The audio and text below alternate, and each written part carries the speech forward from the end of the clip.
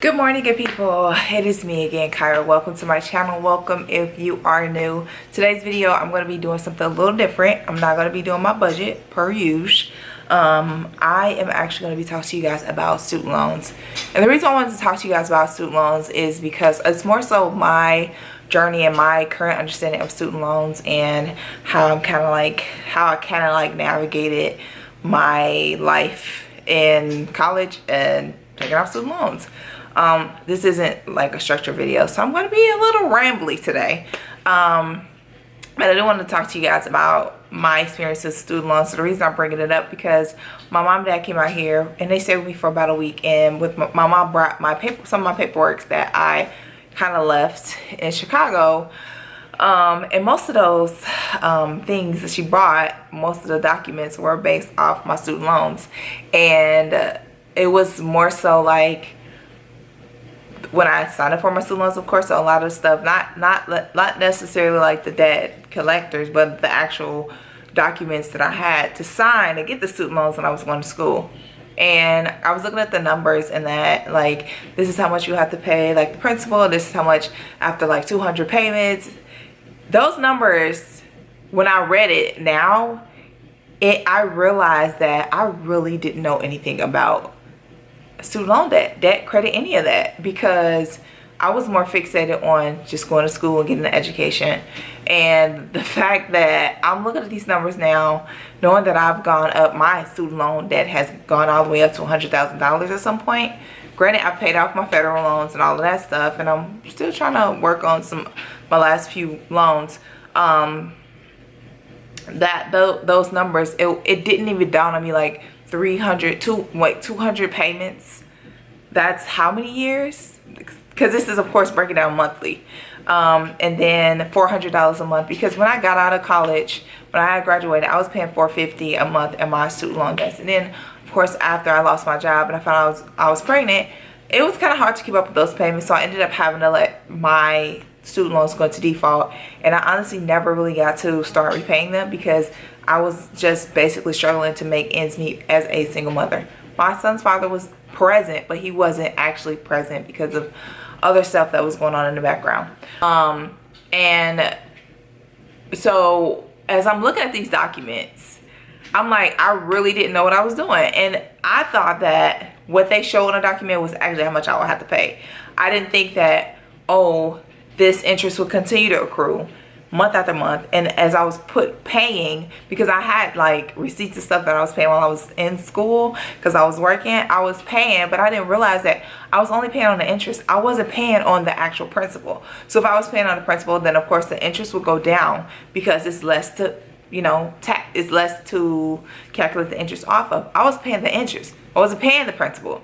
And of course that interest just recalculated back up.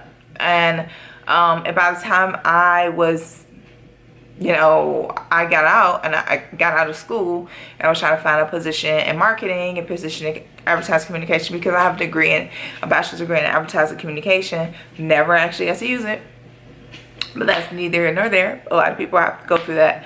And then reassessing and reevaluating whether I should go back to school for something else to try and further myself in my career. The reality of it is, what I do now, I work in corporate America. What I do now is not something that I want to do long term. I love art. I love creativity. I love writing.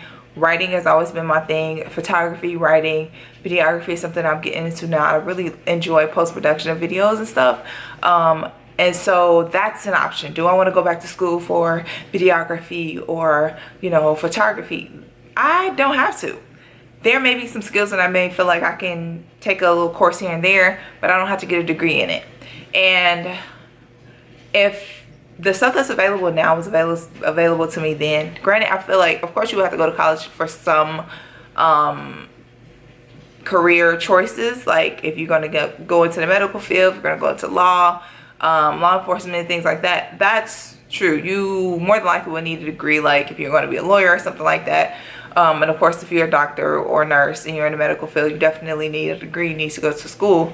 But I feel like I really made really rash decisions going to school, getting loans. I was trying to get scholarships, but I didn't really qualify for a lot of scholarships. So I kind of just was like, I want to get an education. I have to get an education so I can make more money. And the reality of it is I'm probably making the same amount of money that I would have made if I didn't go to college and, you know, have to pay these student loans back.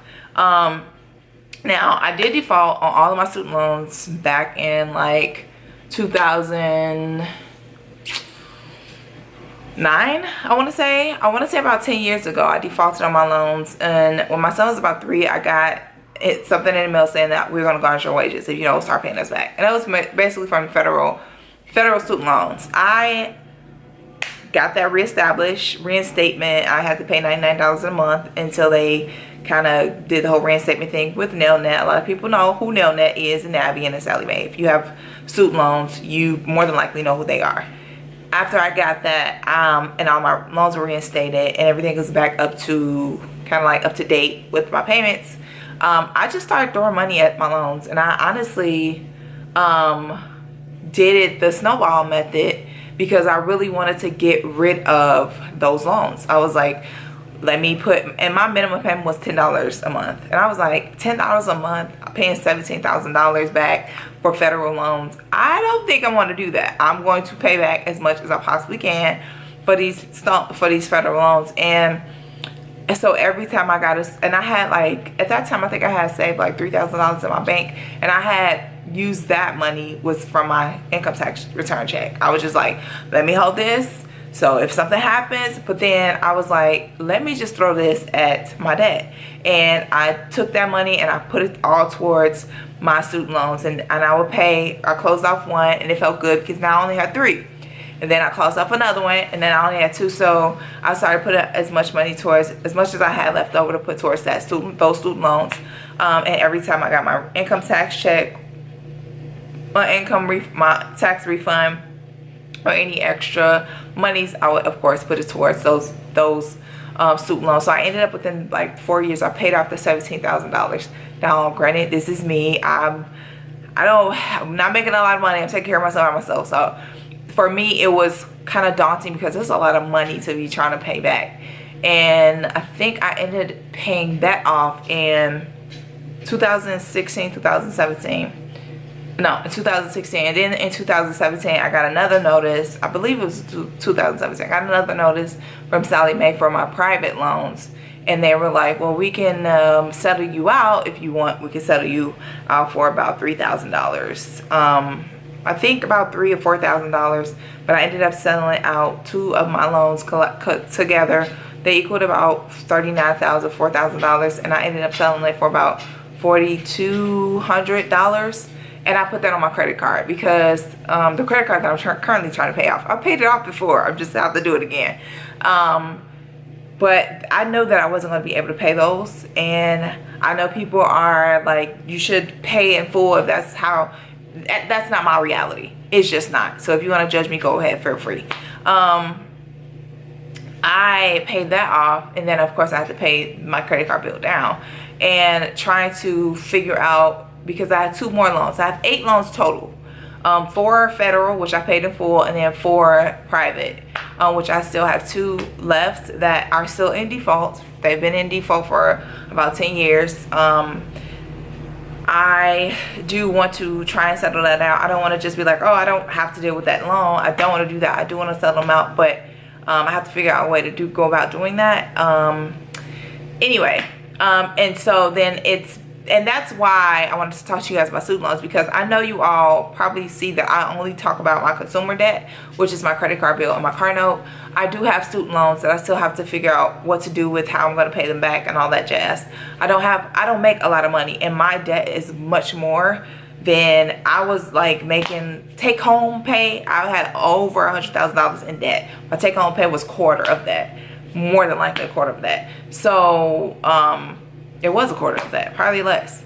And so my reality is that once I get done with all of this, my consumer debt, I can focus a little bit more on student loan debt. And another reason why I kind of wanted to talk to you guys about this, because I did watch a video. It's like a panel interview hosted by Angela Rye, and it was called Young, Gifted, and Broken. I'll link it down in the description box below. But I just thought about how I was uneducated in debt, and how I was uneducated in student loan debt more specifically, and how I can change that narrative for my son. If he decides that he wants to go to college later on in life, I want to be able to set him up for success in his future, or any other children I may have later on. I am currently trying to pay off my debt. This is true. But I'm also trying to find ways to invest in his future. And I know there is a 529. I know that there are like trust funds and stuff like that. But not only am I trying to put money to the side, but I'm also trying to educate him on like student loan debt and things like that. Things that I know I'm going to be trying to get him to look up and help him out with is scholarships and grants, definitely, and any other like sponsorships and stuff like that he can go through, and especially keeping his grades up to par. But that's kind of like, I feel like this video like doesn't have real direction as I'm talking, but I really just wanted to kind of get that off my chest, because I realized that the student loan debt is like a major issue, and I definitely want, if you're a parent out there, if you're a single mom, single dad, or you're just parents period, and you've gone through it, why? I know I had like this conversation with someone that was like, I'm not saving money for my child to go to college because nobody did it for me. Whereas me, I feel like nobody saved money for me, and nobody educated me. I was the first person in my family to go to college and get a degree. So there wasn't an example. I am an example for my son. So I want to be able to set him up for that success and support him. And if he decides that he doesn't want to go to college and he wants to use that seed money as to start a business or something, as long as it's something productive that will propel him to success and prepare him for success, I don't mind. Anyway, that is pretty much it. I kind of just wanted to come talk to you all about student loan debt and my experience with student loan debt, and how I really did. And honestly, I'm still learning stuff about student loan debt. Like when I was looking into filing for bankruptcy, the only debt that I had was student loan debt. That was the only thing. My credit score was jacked up because of my student loan debt. That was it. I had like 2 credit cards. That was like an Old Navy card and a Target card. Those are paid off. The only debt that I really had was my student loan debt, and then I used like a Capital One card, secured card, to kind of build my credit, and then of course, and then my other card, but that's pretty much it. Like that's all that I had on my account for such a long time was student loan debt, and that in itself was a hindrance to me trying to find apartments, because yeah, I can see your credit report, but the fact of the matter is you still have horrible credit. Because and I remember like trying to find an apartment, and this guy was like, I see your credit report and I get it, it's a lot of student loan debt, you don't have any other issues with your credit, but I'll have to ask for a little bit more for your security deposit because of that.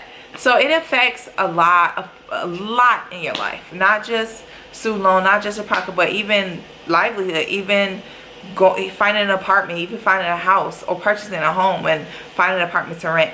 So I kind of just wanted to pop on here. I'm going to try my best not to edit this video because I really don't feel like it. So yeah, I'm rambling. I'm going to end this video here. If you have any questions, concerns, or comments that may help someone in the community that's looking to get into college. Oh, and if you are employed, look into like different tuition reimbursement programs for those careers or schools that you're interested in going to, just to try and curtail your expenses in college. But yeah, so I'm done rambling, I'm done talking, I'm done chitting and chatting with y'all. Today I'm going to be doing a budget video again, and probably some more chit chat videos, but I do want to let you guys know I ain't forgot about y'all. I hope y'all forget about me. I hope you guys enjoy your Monday and the rest of your week, and I'll see you next time. Bye. Oh, before I go, make sure you comment below about your student loan experiences, some things that you didn't know about, some things that you probably didn't realize you wish someone would have told you before you sign up for student loans. Comment below, and if you want me to talk more about stuff like this, please let me know. If you like these chit chat videos, I will talk to you in the next one. Bye.